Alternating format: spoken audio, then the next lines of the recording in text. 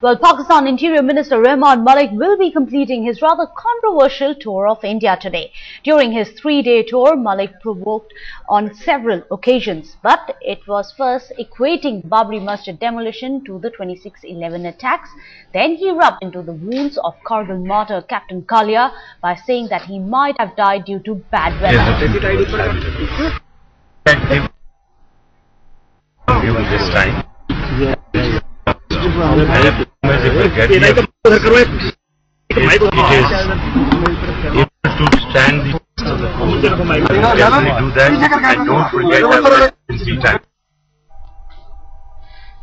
Well, you just heard the Interior Minister there. However, what is really unexplainable is the fact that India is really not lodging a strong protest over these repeated insults and is not even ticking off Malik with a stern reprimand.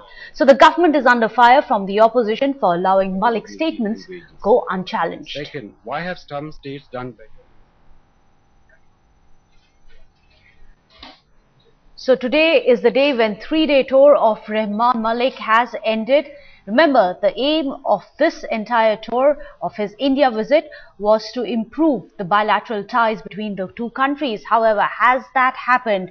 We have our MEA correspondent Maha Siddiqui joining us for that.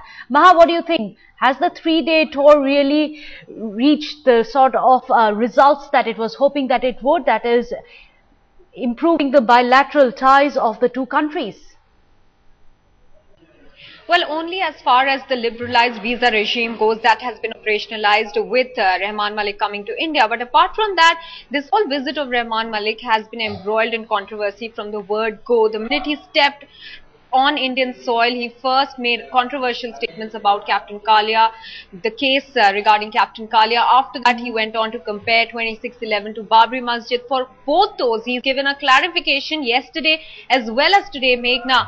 However, the point remains here that there has already been bad press about it, why he made these statements when he stepped into India are also questions now being asked. So clearly only the liberalized visa regime is the positive out of this whole visit. Apart from that, it really has been very controversial.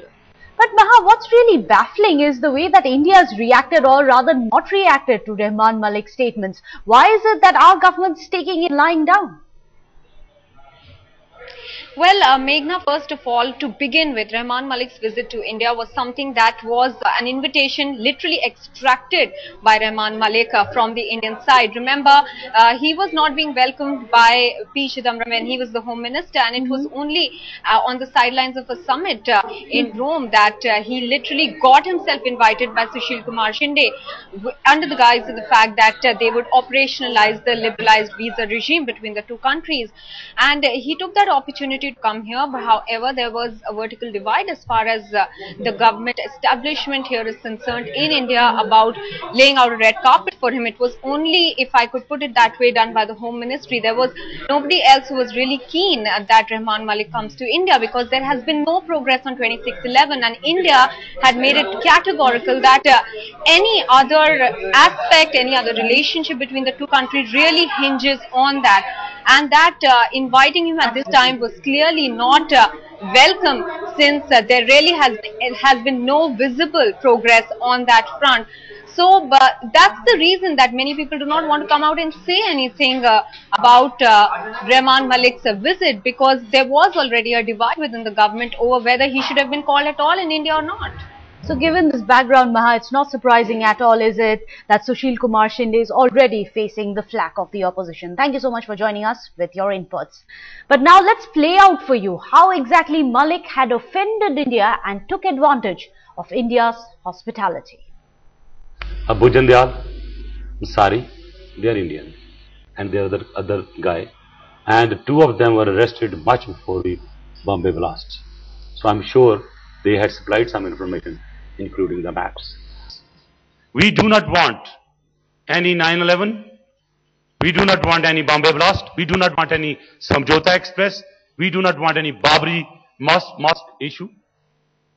And we can work together. When the fight is going on the border, we really don't know whether he was killed with a bullet of Pakistani bullet, or he died because of the weather.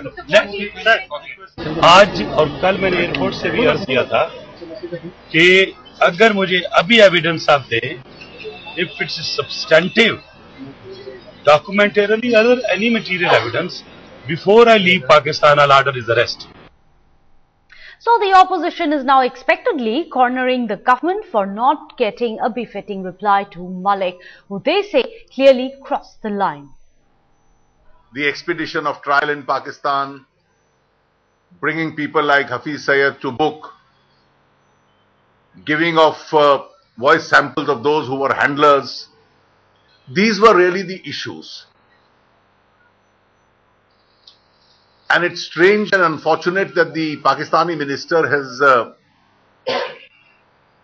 just with the commencement of the visit, seen to be commenting on cross-border terrorism emanating from Pakistan, and in the same breath speaking in terms of domestic developments in India. Well, those comments are completely unfortunate, uncalled for, and should really have been rebutted by the Indian ministers present there. Pakistan के गृह मंत्री रहमान मलिक दिल्ली आए हुए थे